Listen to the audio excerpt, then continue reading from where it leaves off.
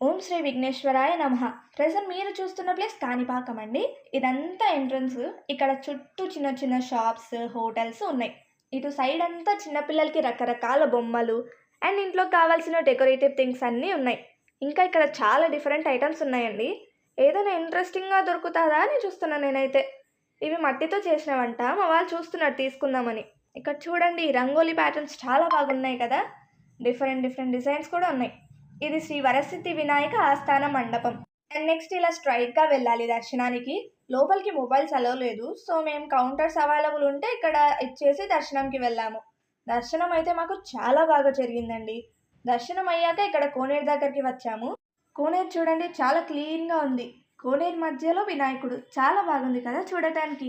ఈ కోనేరులో మునిగితే పాపాలు పోతాయట.